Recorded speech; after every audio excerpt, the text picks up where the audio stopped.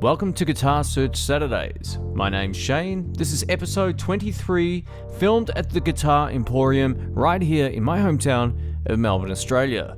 This is definitely one of the best shops I've ever been anywhere in the world. This is one of those shops that totally caught me off guard. I'd heard a lot of great things about the Guitar Emporium over the years, but I've never actually been in there until the day of filming. So Darren from the Guitar Emporium, thank you so much for letting me come through. Your shop is world class. For those who are regulars to the series of Guitar Search Saturdays, you might remember a shop I filmed in San Francisco called Real Guitars. I love that shop. It's definitely one of my favorites I've ever been into anywhere, and I'm going to put the Guitar Emporium in the same league. The shop absolutely kicks ass. This adventure takes place as soon as you pull up out the front of the shop. Walking in is unlike anything else. Let's go in and take a look.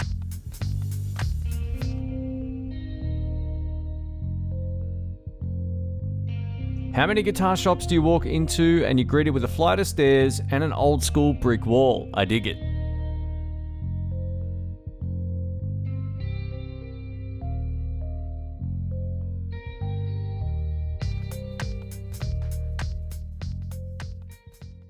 Check out how beautiful this acoustic room is. This is the first thing you see when you walk in.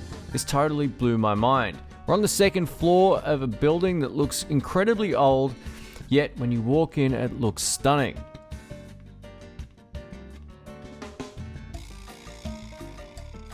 So the Guitar Emporium is mostly known for its vintage instruments. This is actually a 1954 Harmony Hawaiian Consolectric lap steel, and it's actually built onto an old school valve amp from back in the day. How cool is this?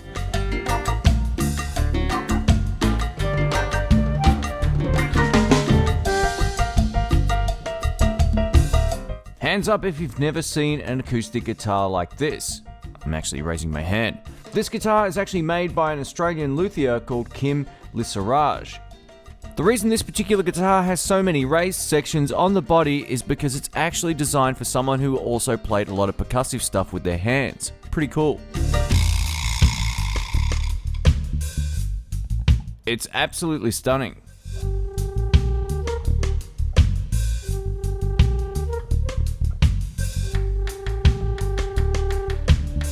This Fender is a 1965 parlor guitar. An interesting side note about these guitars is the fact that they were also made by Harmony in the 60s.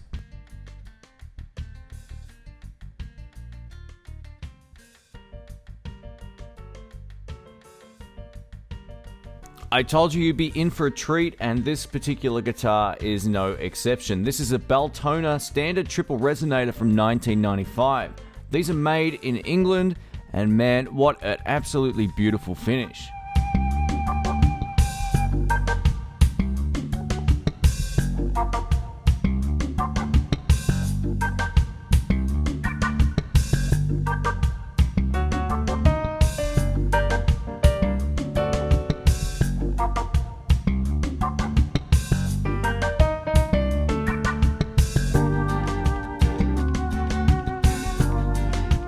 It's not every day you find a Gibson acoustic guitar with this type of headstock print. Odds are this is extremely old.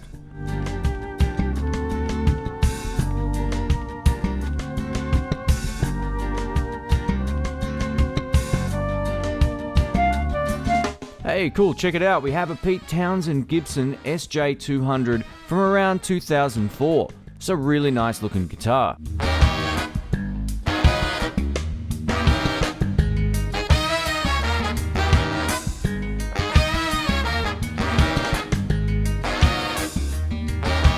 This next acoustic is actually an Epiphone Excelente reissue. It's from around 1996. I've never seen one of these before in person. It's a really great looking acoustic.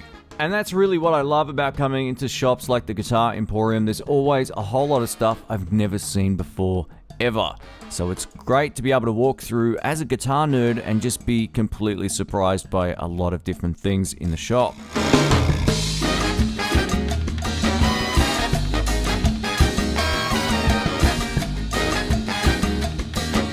Hey, we have some Aboriginal artwork on the top of this acoustic. Cool.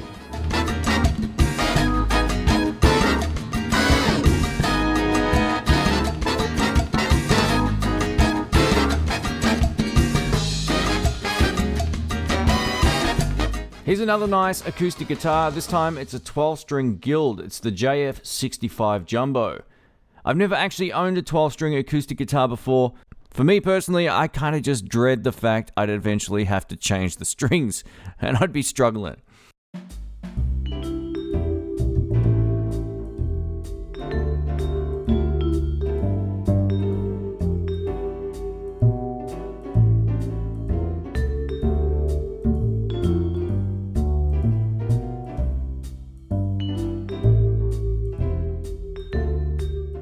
This cute little Cowboy acoustic guitar is actually a 1940s Tex Morton acoustic. From a distance, it almost looks brand new, but as I zoom in, you can see it's actually a really old guitar. Pretty cool.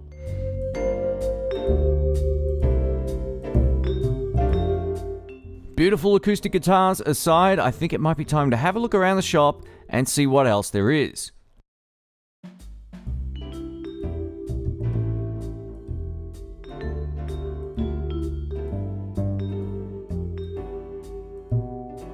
You know you're in a cool shop when they're using vintage instruments as shop decoration.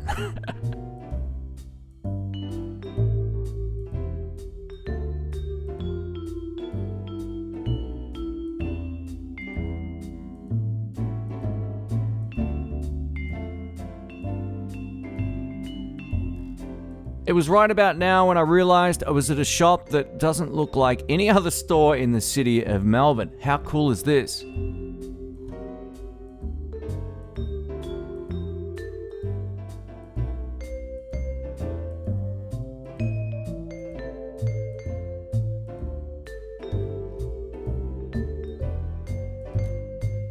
Here's a great little old school amp. This is actually a 1978 Fender Champ. This isn't a reissue, this is actually the real deal.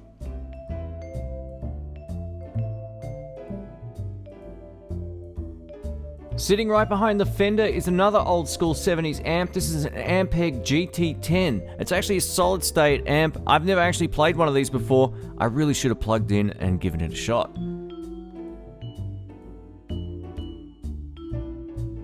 These days, you don't really hear too many people talking about custom amps. If you don't know how these things sound, go listen to some Creedence Clearwater Revival.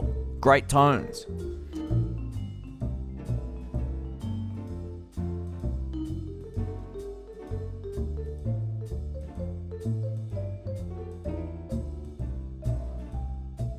This is the shop that just keeps on giving. Check out this. This is a 1965 Epiphone Zephyr. This is an actual valve amplifier from back in the day. I love its retro design. I definitely have to have a chat with Darren, the owner of the shop, to see if I can come back and demo some of these in person. And for everyone who's watching this particular episode of Guitar Search Saturdays, if you'd like to see me review and demo some vintage gear, I'll put a poll up in the cards and you can click yes or no.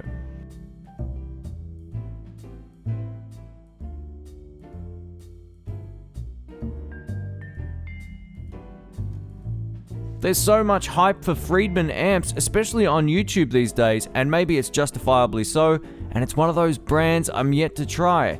Please let me know what you think of the Friedman amps in the comments below.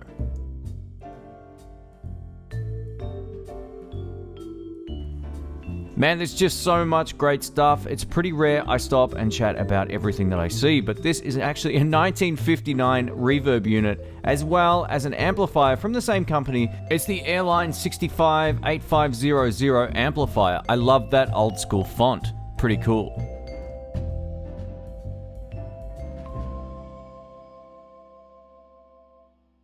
You'll never guess what this Guiatone amp is based on. Yep, that's right, it's based on a Fender Twin. While this looks like some sort of reissue, it's actually an original 1968 amplifier. Pretty sweet. It got me wondering whether or not this might have been one of the first original clones of a Fender amp. The Fender Twin was actually released in '52, so it was just over 10 years later when this thing was actually born. Either way, I think this looks really great. Guiatone makes some really great stuff. There's just about something for everybody in terms of electric guitars, but I think some of the standout stuff here, aside from the vintage guitars from Gibson and Fender, are some of the Japanese brands they carry on hand. This is one of those Japanese brands. This is actually a Greco. This jazz guitar is loaded with a single P90 and it's based on a Gibson ES140. If you're into archtop jazz guitars, this would be a great choice.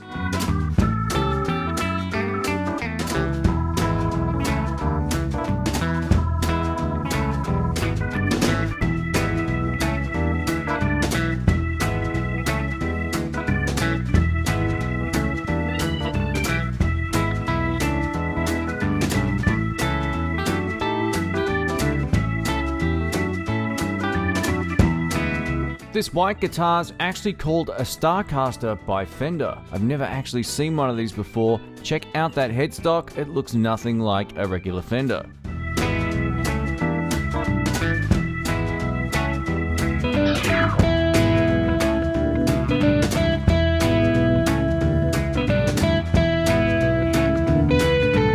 This cool looking Telecaster is a Greco Supersound TL600. It was made in the late 70s. Check out this dual humbucker design. I dig it.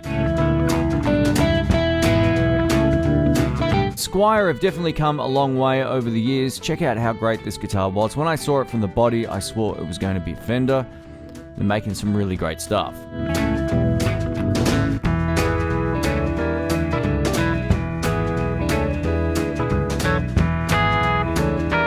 This black ES335 style electric guitar with the Bixby is made in Japan and I've never actually seen one like it before. It's made by a company called Idol.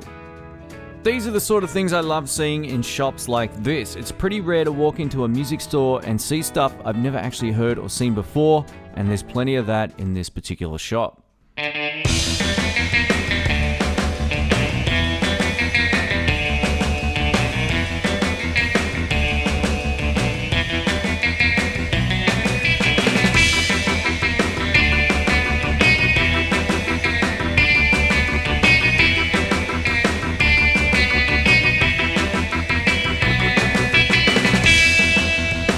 This is definitely the first time I've seen a Tokai SG Junior in person. It's actually pretty cool. This particular model is actually made in China. That said, the Tokai quality is definitely there. Check out that finish. We're still only on the first wall of the electric guitar, so what I'm going to do is shut up for a moment and just show you what they've got.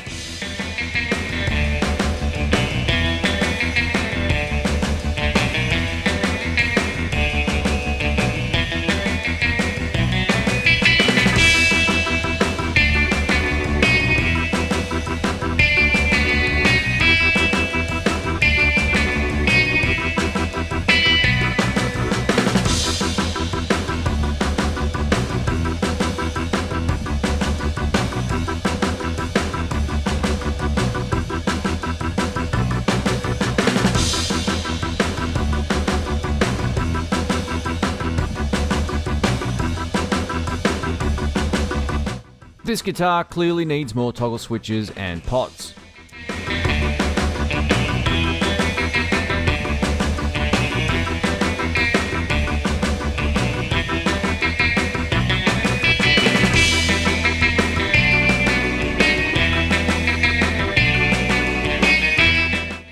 There's so many great guitars at this shop, and then I saw this. This insanely blinged out gold Telecaster is actually a Fender. But believe it or not, this too, like many of the other guitars in the shop, is also made in Japan. I've definitely never seen a guitar like this in person before, and what you're actually seeing, which looks like fingerprints and all kinds of stuff on the guitar, well, it may actually have some fingerprints on there, but it's the reflection off the roof and also off the carpet. It's basically like a gold mirror.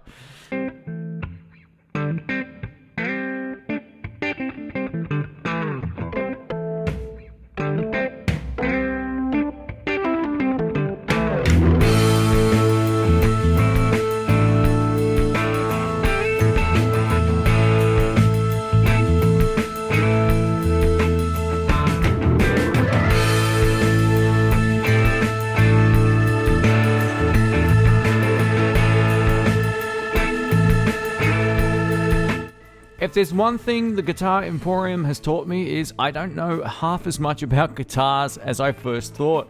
This particular guitar is a K Galaxy. I've never heard of these or never seen any of them in person up until today. The K Galaxy guitars were only made between 1961 and 1966. The neck profile on something like this is nice and chunky, so if you're into fat neck guitars, you'll definitely dig this.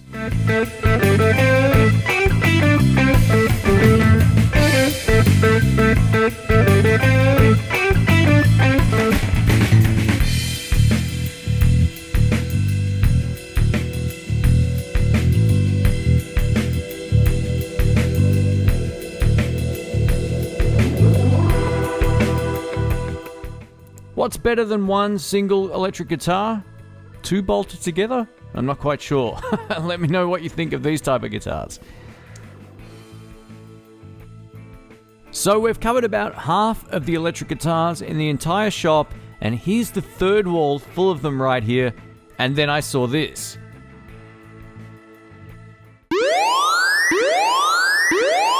Please remain calm. We have our first official Lefty sighting.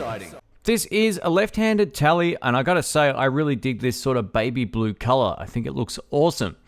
Maguire guitars definitely flew under the radar for me. I've not heard of this particular brand before, but they look like they make some pretty authentic looking relic Fender clones. From what I can tell looking at their website, doing a little bit of exploring, they come out of Wilmington, Massachusetts in the United States. Cool stuff.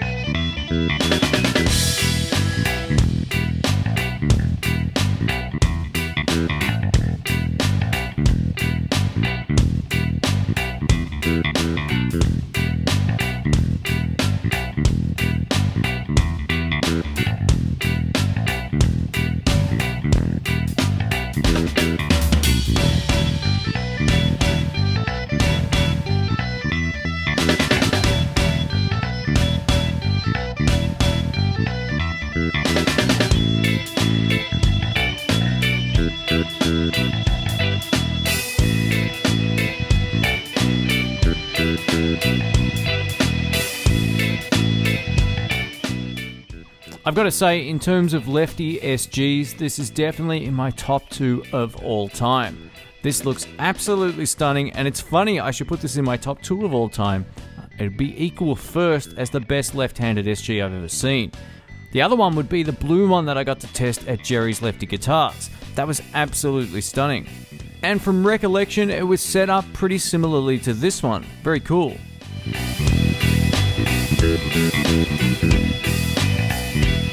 I have no idea or could find any information on what this particular guitar is. If you happen to know something about it, please let me know in the comments below.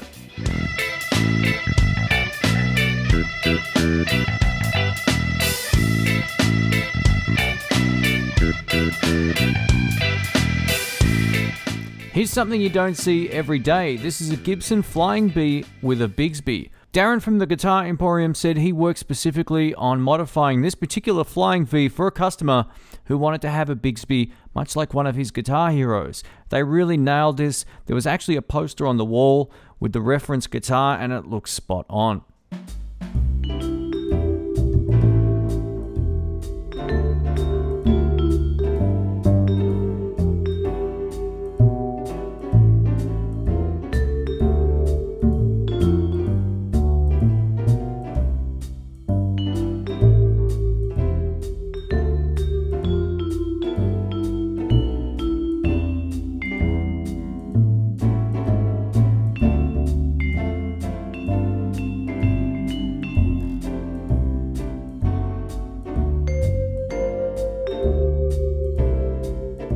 There's just beautiful guitars all over the shop. Check out the library style bookshelf full of cases. This area is also where all the repairs are done as well. It looks pretty cool, and it's actually tidy. That was the reference of the Flying V I was talking about earlier.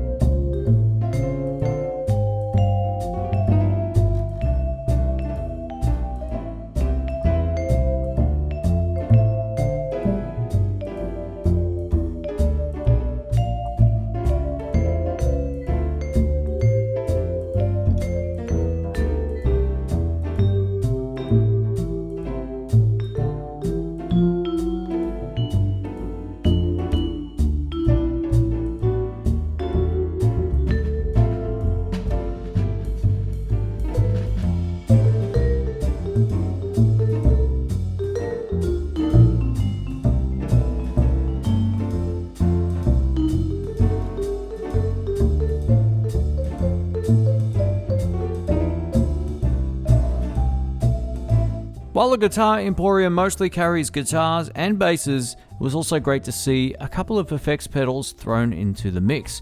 These are all used pedals from what I could tell.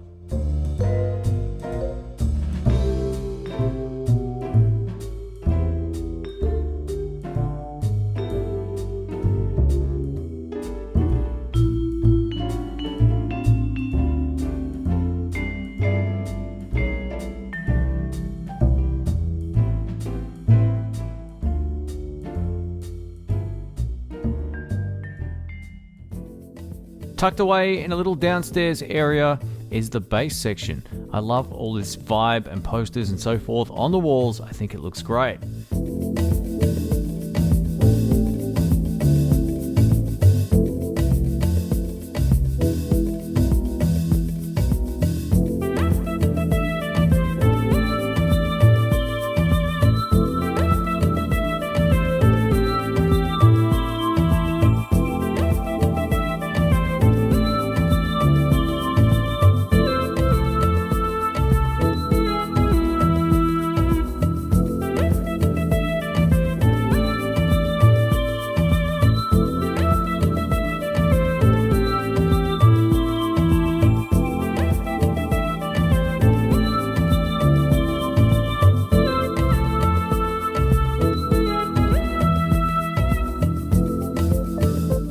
And whatever this is, it's pretty cool.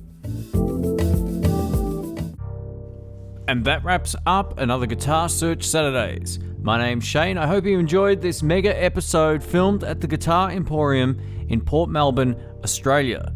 This particular shop absolutely rocks, and while I had this particular project in editing, I actually sent Darren a text message to see if maybe Ryan and I could head down there and shoot some demos and reviews of vintage gear. And he said absolutely. Stay tuned for that, and thank you, Darren. I love going through shops with vintage gear, used gear, all that kind of stuff. So for me personally, this was a really great experience.